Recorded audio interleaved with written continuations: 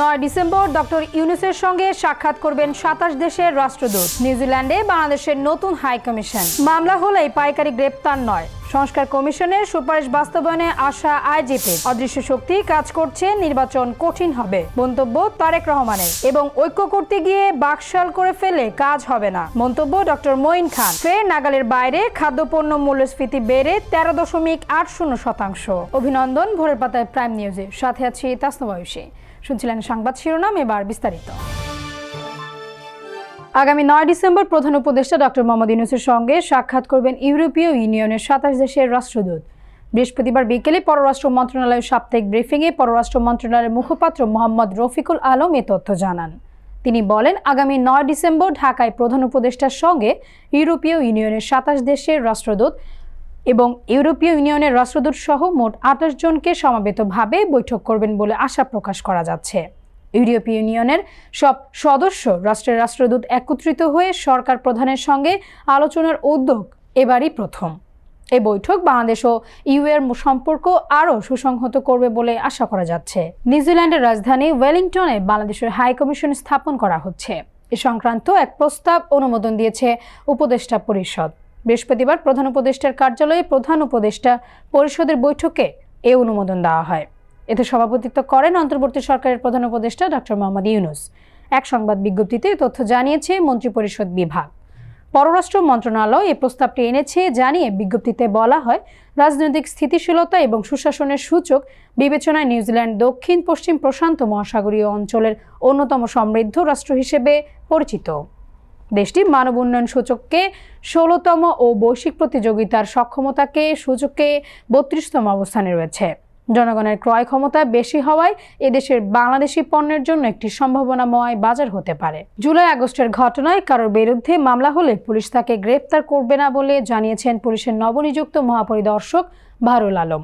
এছাড়া ইচ্ছাকৃতভাবে হয়রানির উদ্দেশ্য কারোর বিরুদ্ধে মামলা করলে বাদীর বিরুদ্ধে ব্যবস্থা নেওয়ার কথা জানান তিনি। বিস্তারিত রাকিব হাসানের প্রতিবেদনে। বৈষম্য বিরোধী ছাত্র আন্দোলনের মাধ্যমে ছাত্র জনতা দায়িত্ব নেবার পর প্রথমবারের মতো সংবাদ সম্মেলনে বাংলাদেশ পুলিশের নবনিযুক্ত মহাপরিদর্শক বাহরুল আলম সাংবাদিকদের সাথে কথা বললেন বাহিনীটির রাজনীতিকরণ ও সংস্কার সহ সমসাময়িক নানা ইস্যুতে। পুলিশকে ডিপলিটিসাইজ করতে হবে, 1 নম্বর দাবি। এই অভ্যুত্থানের এইটাই অর্জন আমি মনে করি পুলিশের। এই উদ্যোগটা পুলিশ সংস্কার কমিশন কিন্তু নিয়েছেন। তারা কিন্তু সুপারিশ পেশের সময় এই বিষয়ের উপরে দীর্ঘ এবং আমি মনে করি যে প্রণিধানযোগ্য ওনারা সুপারিশ দেবেন, যাতে আমরা যেন রাজনৈতিক কর্তৃপক্ষের রাজনৈতিক উদ্দেশ্য সাধনের জন্য ব্যবহৃত না হই। এটা আপনাদের মতো আমি সহ আমার পুরো পুলিশ বাহিনীর এই দাবি, এবং এইটা আমার বিশ্বাস এই সরকারের পক্ষেই সম্ভব এটা করা। জুলাই আগস্টের আন্দোলনে পুলিশের গুলিতে নিহত ছাত্র জনতার পরিবারের প্রতি আন্তরিক দুঃখ প্রকাশ করলেন আইজিপি, সঙ্গে চাইলেন ক্ষমা। এই আন্দোলনের সময় ফ্যাসিবাদী সরকারের স্বার্থ রক্ষায় তাদের নির্দেশে পুলিশের কতিপয় সদস্য বাড়াবাড়ি করেছেন এবং আইন ভঙ্গ করেছেন, এতে কোনো সন্দেহ নেই। তবে অনেক নিরপরাধ পুলিশ সদস্য নিহত হয়েছেন। প্রতিটি হত্যাকাণ্ডই নিন্দনীয়। আমি পুলিশ বাহিনীর পক্ষ থেকে প্রতিটি শহীদ পরিবারের কাছে আন্তরিক দুঃখ প্রকাশ করছি এবং ক্ষমা প্রার্থনা করছি। সংবাদ সম্মেলনে তিনি পুলিশের মারণাস্ত্র ব্যবহারের বিষয়েও কথা বলেন। আইজিপি বলেন, এখন সময় এসেছে পুলিশের অস্ত্রের নীতিমালা তৈরি করার। আমরা একসময় 303 রাইফেল থাকতাম। আমরা যখন ট্রেনিং করেছি 1986-87-তে, আমরা কিন্তু 303 দিয়েই ট্রেনিং করেছি। তখনও চাইনা রাইফেল আসেনি। পরে বোধহয় ডিউরিং দি 80s তখন কী কারণে অস্ত্র নীতিমালা চেঞ্জ হলো এবং আমাদেরকে পুলিশকে চাইনা রাইফেল দেওয়া হলো। তারপরে এই গত আমার মনে হয় যে 10-15 বছরের মধ্যে আমরা আরও বিভিন্ন ধরনের অস্ত্র পুলিশকে দেয়া হয়েছে, এবং সেটা যে দেয়া হয়েছে তৎকালীন কর্তৃপক্ষ মনে করেছেন হয়তোবা নীতিমালা চেঞ্জ করে ভেবে দিয়েছেন, কিন্তু আমার মনে হয় যে এখন ইট ইজ টাইম, এখন একটা সময় হয়েছে যে এগুলো সবগুলো আবার পুঙ্খানুপুঙ্খরূপে পুনর্বিবেচনা করে একটা অস্ত্রনীতিমালা করা।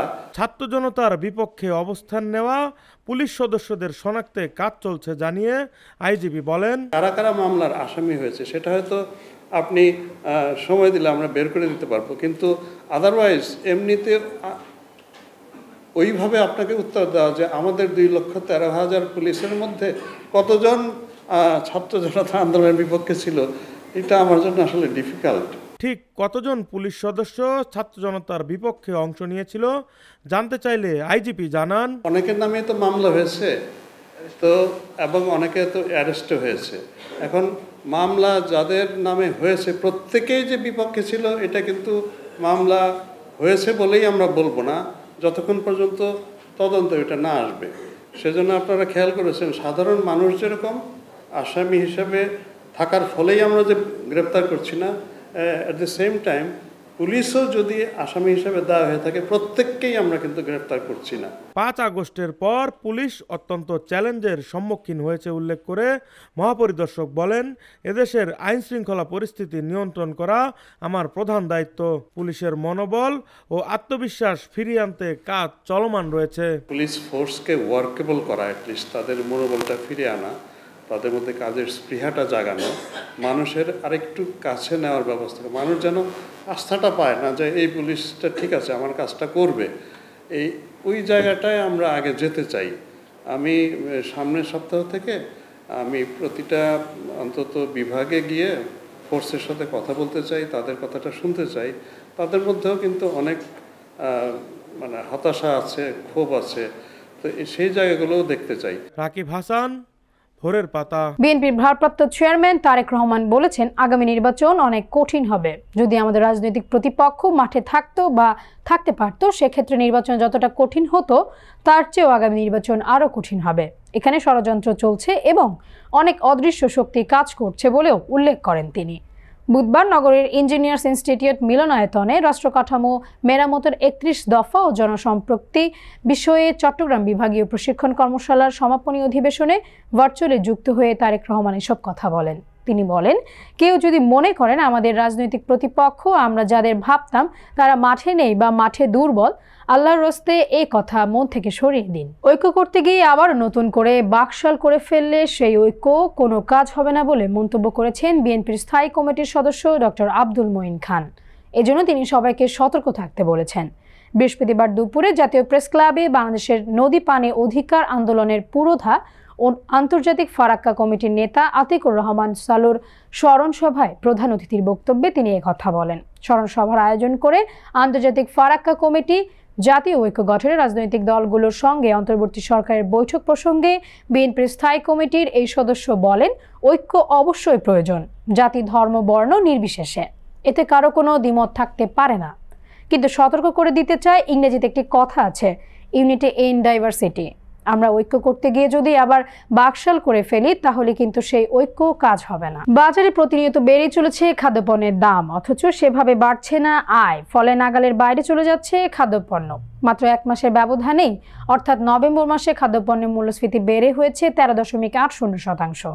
চলতি বছরের সেপ্টেম্বর মাসে কিছুটা স্বস্তি এসেছিল মূল্যস্ফীতি খাতে। অক্টোবর মাসে ফের খাদ্য খাতে মূল্যস্ফীতির হার বেড়ে 12.66% হয়। বৃহস্পতিবার বাংলাদেশ পরিসংখ্যান ব্যুরো চলতি বছরের নভেম্বর মাসের ভোক্তা মূল্য সূচকের হালনাগাদ তথ্য প্রকাশ করেছে। বিবিসির প্রকাশিত তথ্যে দেখা গেছে, চাল, ডাল, তেল, লবণ, মাছ, মাংস, সবজি, মশলা ও তামাক জাতীয় পণ্যের দাম বাড়ায় খাদ্য মূল্যস্ফীতির হার বেড়েছে। বাংলাদেশ পরিসংখ্যান ব্যুরোর তথ্য অনুযায়ী নভেম্বর মাসে সাধারণ বা গড় মূল্যস্ফীতির হারও বেড়েছে। এই হার বেড়ে 11.38% হয়েছে গত মাসে, যা ছিল 10.87%। নভেম্বর মাসে বাড়ি ভাড়া, আসবাবপত্র, গৃহস্থালির চিকিৎসা সেবা, পরিবহন ও শিক্ষা উপকরণের দাম বেড়েছে। অক্টোবর মাসে এখানে মূল্যস্ফীতি হার ছিল 9.34%, অথচ নভেম্বর মাসে বেড়ে যা হয়েছে 9.39%। এবার আন্তর্জাতিক সংবাদ।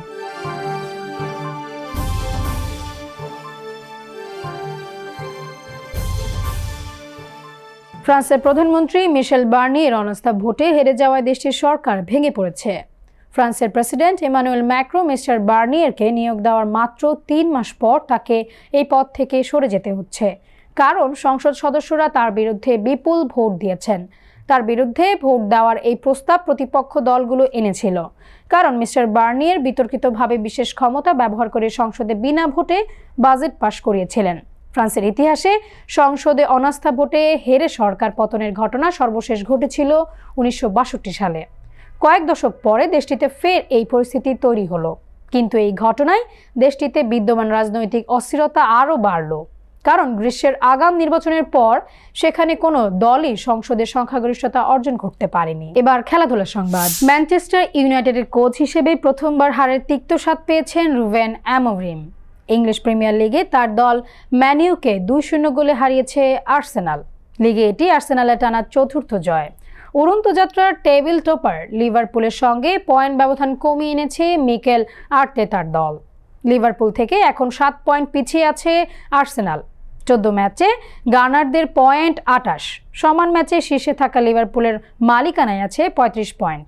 অন্যদিকে 14 ম্যাচে 19 পয়েন্ট নিয়ে 11তম স্থানে আছে ম্যান ইউ। বুধবার ঘরের মাঠ এমে 2টি গোলই দ্বিতীয়ার্ধে করে আর্সেনাল। কাকতালীয়ভাবে দুবারই গোল হয় কর্নার থেকে এবং দুর্দান্ত হেডে। 54 মিনিটে প্রথম গোল পায় আর্সেনাল। ডেকল্যান রাইসের কর্নার থেকে আসা বলে দুর্দান্ত হেড দিয়ে ম্যান ইউর জাল কাপান জুরেন টিম্বার। এই কর্নারটি করা হয় ডান পাশ থেকে। সংবাদ শেষ করার আগে শিরোনামগুলো আরও একবার। 9 ডিসেম্বর ডক্টর ইউনূসের সঙ্গে সাক্ষাৎ করবেন 27 দেশের রাষ্ট্রদূত। নিউজিল্যান্ডে বাংলাদেশের নতুন হাই কমিশন। মামলা হলেই পাইকারি গ্রেপ্তার নয়, সংস্কার কমিশনের সুপারিশ বাস্তবায়নে আশা আইজিপি। অদৃশ্য শক্তি কাজ করছে, নির্বাচন কঠিন হবে মন্তব্য তারেক রহমানের। এবং ঐক্য করতে গিয়ে বাকশাল করে ফেলে কাজ হবে না মন্তব্য ডক্টর মঈন খান। ফের নাগালের বাইরে খাদ্যপণ্য মূল্যস্ফীতি বেড়ে 13.80%। এই ছিল আজকের ভোরের পাতায় প্রাইম নিউজ। সারা দেশের সর্বশেষ আপডেট পেতে চোখ রাখুন ভোরের পাতায়। ধন্যবাদ।